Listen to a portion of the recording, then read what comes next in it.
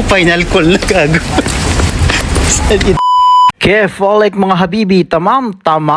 So ngayong araw nga na to ay pupuntahan natin yung bumagsak daw na eroplano. Ayan, na seaplane wreck, no?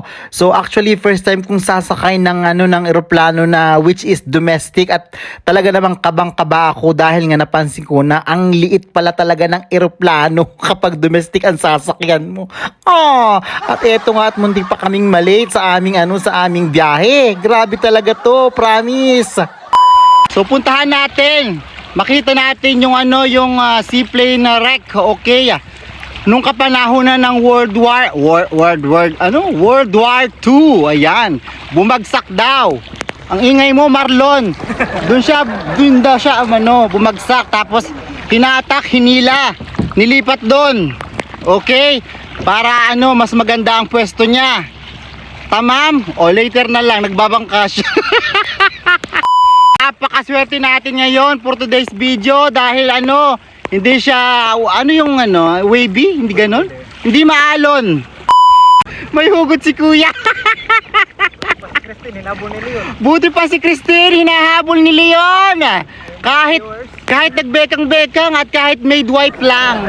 Maid wife, which means katulong sa gabi, tapos asawa sa katulong sa umaga, asawa sa gabi. Maid wife. Kaya hinahabol ni Christine si Leon. Magkakangako yan. Ganun kadali. So pwedeng manghuli dito ng isdang buhay, at pwede ring yung isdang binabaliktad sa mesa. Lahat inuhuli ni kuya. Tama. So at yun na nga, narating na natin nga tong seaplane na wreck. So meron pala tayong dito, ito ang pinakang witness natin na magpapatunay Okay, so i-clarify natin yon. Just a side note lang Okay, so ngayon kung maniniwala kayo o hindi. So wait lang syempre antayin muna natin. Na makaakyat tayo dito bago tayo magkwento, 'di ba? So live footage po ito. Ito na po yung seaplane na wreck dito sa Busuanga. Ayan. Nag-uulat live footage, Marlon de los Reyes from Middle East, Saudi Arabia. So ayan, nasa ibabaw na kami ngayon. So eto na yung seaplane wreck. Nakikita nyo, 'di ba? So yung loob, pwedeng pasukin yung loob, kuya? Pwede yan, sir. Pwede. So mamaya, wait lang, akit lang tayo So inaapakan na natin siya, akit tayo. Yan. Kung mapapansin nyo siya. So hindi naman siya magaspang. Safe siyang apakan. Ayan. Ito yung talagang niya, yung wings niya, ayan Isa, tapos yun dalawa. Ang sinasabi kasi is yun nga daw daw to nung World War II. Pero syempre may different version yan. Tapos ang isa pang real talk dito ay umuulan na. Pero legit yun. So may different version. So kausapin natin mismo yung bankero. May different version nito. Okay, kung talagang ikaw naniniwala ka na nung kapanahon pa ito ng World War II, siguro hindi ganito yung real structure niya, 'di ba? Siguro talagang sobrang luma na. Kung nagkaroon naman ng restoration or inayos man nila to, so siguro, 'di ba, gusto nilang i-preserve for tourist attraction nga. Ayan. Tingnan niyo yung kalawang niya, 'di ba? Ayan yun, mismong yung kalawang yan Kung talagang siya ng World War II, ayan nakita niyo. Ginawa na lang yan, tinapal na lang. So parang tinapalan na siya, okay? Tapos ito yung sa engine niya, ayan. Yan. Okay, yung hélice niya. Ito rin pala ang kauna-unahang eroplano na talagang lumipad dito sa Coron at Busuanga. So hindi natin alam kung anong pangalan ng airlines na ito. So ayaw kong manghula, pero talagang legit siya. And ito yan talaga mismo.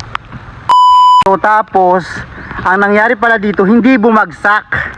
Okay, so hindi talaga siya bumagsak, nawalan lang siya ng engine. Tama ba, kuya? nawala ng engine. Tapos ngayon nangyari, siguro nagkaroon ng troubleshooting nung nawala ng engine or something, hindi na na-repair. Okay, so hindi na to talaga totally magagamit. So andyan, iniwan na lang siya for tourist attraction. Pero ito talaga yung kauna-unahang eroplano na lumipad Coron and Coron and Busuanga to Coron. O yan talaga siya mismo, nakikita nyo ha, live na live yan. Tapos ngayon kausapin natin si Kuya habang umuulan. Eto na nga mismo yung loob ng ng seaplane wreck, Kung mapapansin nyo dito sa sa video ko, talaga namang mukha ba talaga siyang noong World War II?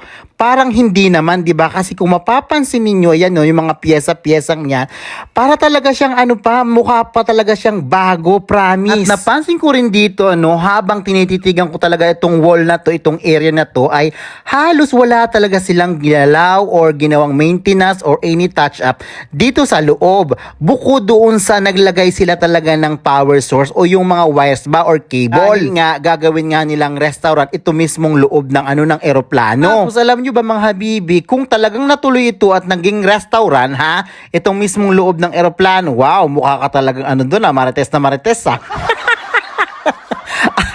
Kung natuloy daw talaga yun, ibig sabihin ay 30 to 40 katao daw ang magiging laman ng loob nitong eroplano to. Kumbaga parang yung nakikita nyo sa Runway Boulevard sa Middle East. Shout out nga pala sa mga taga Middle East diyan. Sana mapanood to ng mga ng mga taga Middle East, yung mga kapwa ko kakaldaggers diyan. Shout out sa inyo. So feeling ko hindi na to matutuloy katulad nung nasa Riyadh, dahil nga luma na, at the same time baka wala silang budget.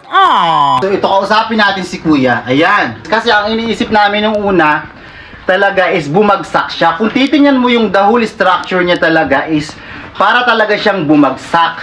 Okay? Yung iba nagsasabing parang pinabayaan or something, di ba? Ngayon ako talaga, ang inaano ko is, ang pakiramdam ko parang bumagsak. At the same time, hindi natin alam kung ano ang pangalan nitong eroplano na to. So wala siyang nakalagay na name. Okay, so nirepaint na nila ito actually nagkaroon ng restoration kasi nakikita ko kung talagang nung World War II pa to, dapat hindi ganitong hitsura niya. Kung nagkaroon man ng restoration niya, o kung nagkaroon ng restoration, at least hindi ganito nung World War II. Ibang-iba dapat ang hitsura niya talaga. Diba? From inside to facade, from outside, diba? May papasad ka dun So ngayon, Kuya, so hindi ba talaga siya bumagsak? So ano talagang... Hindi talaga siya bumagsak. Actually ito, from Coron talaga siya, naging stock plane na lang siya. Gawa ng engine, yung engine nito. Ito hindi na gumana, kaya hindi na lang pinagana yung engine kasi nga hindi na rin safe, may kalumaan siya. May kalumaan. So from Coron, nabili-bili na siya ng kung sino-sino, nag-transfer ang nakarating dito. Hinila lang siya ng 2-speed boat papunta rito. 2-speed boat ang naghila, okay. From Coron to Busuanga, okay. Dino, nasa kabilang bay siya, naka-stack siya dun sa... Sandali lang, nangangawit ako, Kuya. Okay. Naka-stay siya dun sa mini beach dun sa kabilang bay. Okay. Doon naka-stack. Oo. So binili ng isang resort, gusto niyang gawin sanang ito bar. Bar, Kaya lang, okay. nagkaroon ng lake, nalubog siya ng... Bar at saka restaurant, tama. Oo. So itong pilot room niya, ito sana yung gagawin yung parang bar niya. Oo. Yan naman yung sa likod na yan, yan ang pinaka yung dining niya. Okay. dining. Okay. Yeah. So nirepair nila, nilagyan nila ng mga sakit, nilagyan ng mga ilaw sana. Lahat, naka-ready na siya. Kung mapapansin nyo dito. Repair na, may mga sakit na. So Oo. actually, kung imagine niyo na hindi ka maniwala, yung sakit na yan, ginagamit yan for the building, house. Ito, nakikita natin, napakita sa mga building natin. ginagamit yan, sa electricity. Sa mga building, okay, ito nakikita niyo yung mga naka-ready na sakit. Ayan, ito may mga PVC, di ba? Yeah. So, ito, tapos yung mga yan. Yung wire naman na yan, yung parang mga capacitor na yan, originally pa yan ng seaplane. Ito ang pinaka-original. Yan, sa seaplane pa yan. So talagang ano kumbaga, susubukan nila talaga kung gagana pa talaga to. At gagamitin kung ma-restore talaga nila. Okay. Kung mapapansin mo yun, pinag-grinderan, buhay pa. Ayan o. Ito yun. Sa kabila, ayan. Ito. Yan. Yan. Ito yung nag-grind sila. Buhay pa. Buhay na buhay. Yan nilalagay yung mga sakit ng mga appliances. Oo, lahat. Oo. Ah. Kasi para sa mga nila, mga ilaw. Okay, napakatahimik So, yun pala talaga ang ang second version nito. So, talaga naman saan ka doon? And then, Anyhow, Talagang magaling. Ano no kuya? Nirepaint na nila ito siya, color black and white na siya. So noon siya, may line siya na yellow. Yellow. Original talaga na color nito is white. White. So, tsaka blue. Yellow and blue. So yun ang original. Yellow, white, and blue ang original color niya. Ngayon, nag-decide yung sila, Pinaint nila ng white and black siya. white and black. Okay. Hindi niya na ito original na paint. Ito na talaga. So, talagang pininturahan. Nagkaroon na ng touch-ups dito. Okay. So, yung pala siya. So, ang galing. Promise. Mamamangha ka lang. So, ito yung mga tourist attraction. You have to visit Busuanga para makita nyo talaga to. Kasi, doon nag-viral si Kuya eh. So, ngayon, Hindi ito talaga part ng World War II talaga. Kasi imagine kung World War II ito, hindi mo na ito makikita ng ganito kabuo. actually, totoo yun. How many No? years na yung nagdaan? At saka sobrang solid niya eh, no? Siguro, hindi ko alam mo, as in, no? Kahit ganunin natin dyan, kahit ihampas siguro ako dito, charis. Diba? So, yun lang, napuntahan natin. So, kung may mga gustong pumunta dito sa Busuanga, may mga, ay, dyan lang mismo, nearby lang yung mga, Mga budget meal. mga budget meal, mga bagpackers, packers, yan. Madam packers, ayan. Bawal yun. Tapak na pak. Oh. Tapak na pak sa wallet mo. Kuya. So, yun lang. So, kuya, invite mo sila. So, punta kayo dito sa Busuanga din. Anong name mo pala? Ako si Aldi. Aldi, hanapin nyo Tour guide si... from the Busuanga Village. Ayan, so hanapin ninyo siya. Bakit walang Mag-aka nga. Ang sweet. So yun, visit Busuanga. Kayo na siguro ang ang tawag dito, ang humusga, 'di ba? Kapag napuntahan niyo na 'to talaga, so wag kayo basta-basta siguro sa akin maniniwala sa mga alam mo 'yun, expectation versus reality. Okay? Tapos yung mga kwento, alam mo na yung mga kwento, 'di ba? So hindi tayo ganun. So if I were you, kung gusto niyo talaga at interesado kayong pumunta dito na makita itong seaplane wreck dito sa Busuanga, okay? So si Kuya na mismo ang nagsabi, 'di ba? So mas magandang kayo na ang humusga, okay? Promise yan. So mula dito sa seaplane wreck ng Busuanga, nag-uulat Jessica Soho tuloy. Ayan, kasama nga may mga team Caldaggers from taga saan ka to? Taga saan ka na? Wala ka, piste ka rin. From Pangasinan. Tapos si Kuya, to taga saan ka? Busuanga. Busuanga, ito talaga. Ayun, nakakaalam ng tunay na kwento dito. Promise. Legit yan. Bata pa yan, pero full of knowledge. Tama? So ayan, nakikita nyo lahat yan. Live na live, Madam Jessica Soho. Shout out. At shout out sa mga kapwa ko OFW sa Middle East. Visit Busuanga. Ayan na, bumabagyo na. Arriba. So, naabutan kami ng bagyo dito. Ayan, live na live, nakuha, bagyo. Ayan, naabutan kami ng bagyo. Ayan, siya mismo, pumasok ka kuya.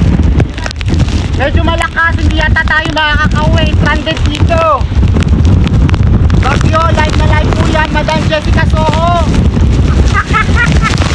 Ayan, pasok! Ayan siya mismo, talaga namang nakikita nyo yan, Inabot tayo ng bagyo para lang talaga mapuntahan itong seaplane wreck. Ayan ang talagang live. Live nakuha talaga dito. Oy, dahan-dahan, maingay ka kasi Marlon, manahimik ka. Grabe, naabutan kami ng bagyo. Ayan.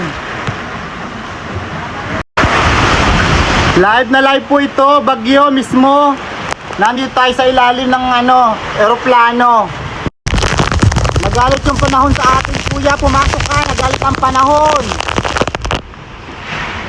So, ito po another experience namin. Ayan mismo. Napakalakas. Nakikita nyo, ayan sobrang lakas. Ayan.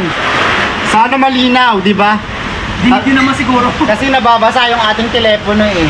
So nagalit ang Mother Earth. Nagalit si Madam yung kalikasan kasi maingay ka daw Marlon. Lumaban ka to, kumapit ka. Lumaban ka dyan. kumapit ka to. Hala, kumapit ka. Kapit. Kaya kang ipaglaban yan. Dahil na kung di na yung bumakaso. So, ayun finally, nakapasok na nga si Kuya. Yan o, andito na siya. So, ito palang seaplane right na to is, nung dinala dito is year 2011 pa. Okay.